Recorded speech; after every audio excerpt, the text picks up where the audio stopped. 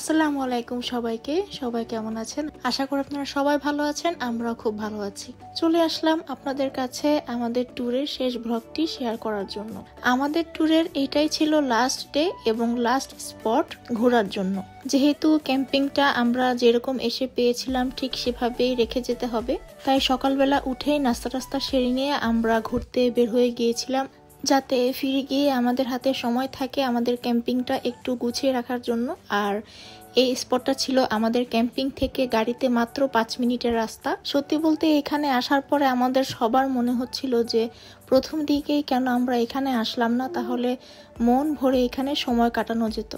বিচটা এত বেশি সুন্দর ছিল, শুধু তাকিয়ে থাকতে ইচ্ছে করছিল বিচের দিকে। এই বিচটা যেমন আমাদেরকে সেন্ট মার্টিনের মতো ভাইব দিচ্ছিল, আবার অন্যদিকে কক্সবাজারের মতো ভাইব দিচ্ছিল। কারণ এখানে এই বিচের মধ্যে পাথর যেমন রয়েছে তেমনি রয়েছে প্রবাল এবং অন্যদিকে রয়েছে বালু।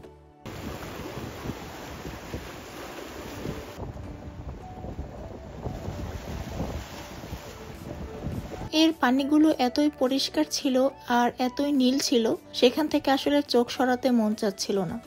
আমাদের হাতে যদি আরো সময় থাকতো আমরা এখানে নিশ্চয়ই নামতাম। খুবই আফসোস হচ্ছিল যে এই বিচটাতে আমরা আগে কেন আসলাম না। মানে এই বিচটা হইতেছে সম্পূর্ণ কোরাল বিচ, এই জন্য এই মানে সমুদ্রের পানিগুলো অনেক পরিষ্কার পানি, আর একটু বালির ছিটাফোটা নাই, বালি থাকলেও অল্প অল্প আছে।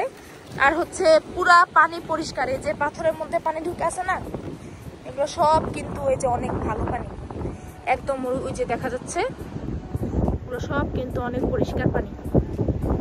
খুব সুন্দর এই বিচটা, আমার কাছে খুব ভালো লাগছে। আমাদের ক্যাম্পিং থেকে মাত্র 4 মিনিটের রাস্তা। খুব সুন্দর, আসলে খুব সুন্দর।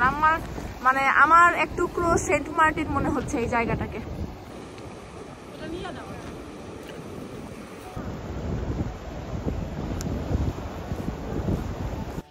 আর এই সাইডটা পুরো ছিল একদম বালুর বিচ। জায়গাটা এত বেশি ঢালু ছিল, হাঁটার সময় বোঝা যায় যে কতটা ঢালু। আর ওখানকার ঢেউগুলোও ছিল মাশাআল্লাহ অনেক বড় বড়, একদম আমাদের কক্সবাজারের মতো। আর এইদিকে তো আমার ছেলে তার খেলার জিনিস পেয়ে গেছে। তার সব ধরনের খেলার মধ্যে পছন্দের একটি খেলা হচ্ছে পানির ভিতরে ইট পাটকেল ছুঁড়ে মারা। তো প্রায় অনেকক্ষণ ধরে সে এই খেলাটা খেলছিল। জোহানের এই সমস্ত জিনিস আমাকে আসলে অনেক শান্তি দেয়। এক জায়গায় ঘুরতে গেলে আর কি ওকে নিয়ে খুব বেশি একটা প্যারা খেতে হয় না আমাকে। ও নিজের মতো করে খেলা আবিষ্কার করে টাইম পাস করে।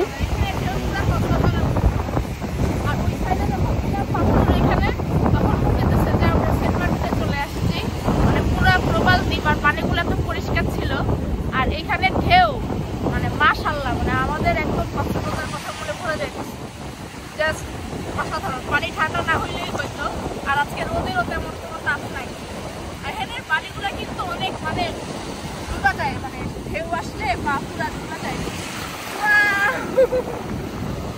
সেই মার্ভেলাস জায়গা, সুপার।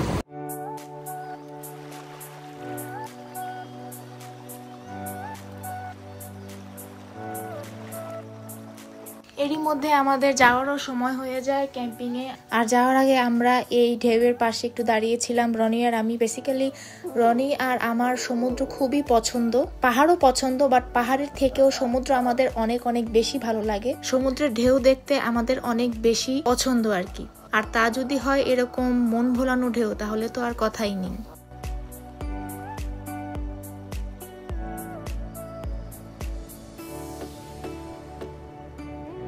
এই তো সময় হয়ে গিয়েছে আমাদের এখান থেকে চলে যাবার। এখন এখান থেকে সোজা চলে যাব ক্যাম্পিং এ। ওই দিন বিকালে আমরা তেমন কিছু আর করিনি, শুধু সবাই মিলে পুরো ক্যাম্পিংটা যেরকম ছিল সেরকম ভাবে গুছিয়ে রাখছিলাম।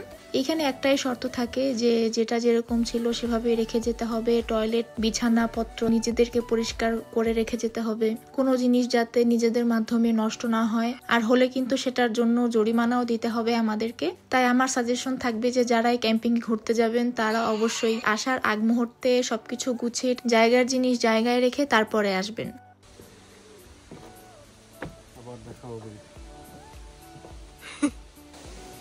জোহান,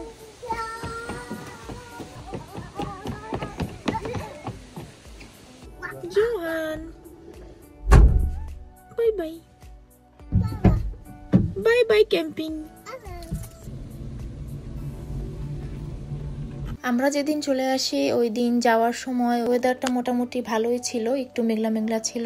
আর রওনা দেওয়ার 1-1.5 ঘন্টা পরেই হচ্ছে বৃষ্টি নামে, তো অতটাও গরম লাগেনি আমাদের।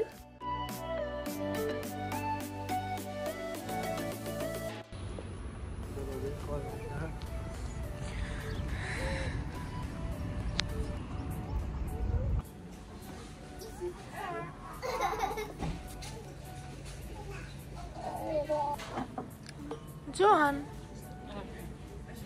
Johan.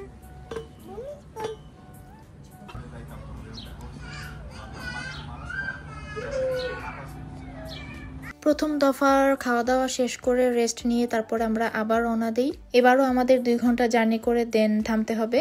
আর আগের বারের মতো এবারও কিন্তু আমরা বৃষ্টি পেয়েছিলাম। আর খাওয়া দাওয়ার পরে এরকম বৃষ্টি নামলে তো গাড়ির মধ্যে অবশ্যই ঘুম পাবে, এজন্য আমি আর জোহান প্রায় 2 ঘন্টা মতো গাড়িতে ঘুমিয়েছি। দ্বিতীয় দফার খাওয়া দাওয়া শেষ করে আমরা আবারও রওনা দিই। আর এবার আর থামা হবে না, একেবারে বাসায় গিয়ে তারপরে থামবো। লাস্টের 2 ঘন্টার রাস্তা ছিল একেবারে ক্ষেত, মানে 2 পাশে এত এত ক্ষেত যেন শেষই হচ্ছিল না। বাট এগুলো আসলে কিসের ক্ষেত ছিল আমরা কেউই আসলে বলতে পারছিলাম না। এইসব ক্ষেতের মধ্যে যে পানি দেওয়ার সিস্টেমটা আমার কাছে খুবই ভালো লাগে।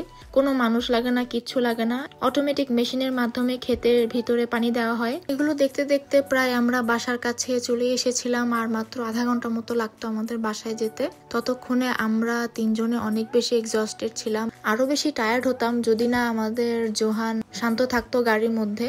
যাই হোক, আজকে তাহলে আসি, দেখা হচ্ছে পরবর্তী কোনো ভিডিওতে। আল্লাহ হাফিজ।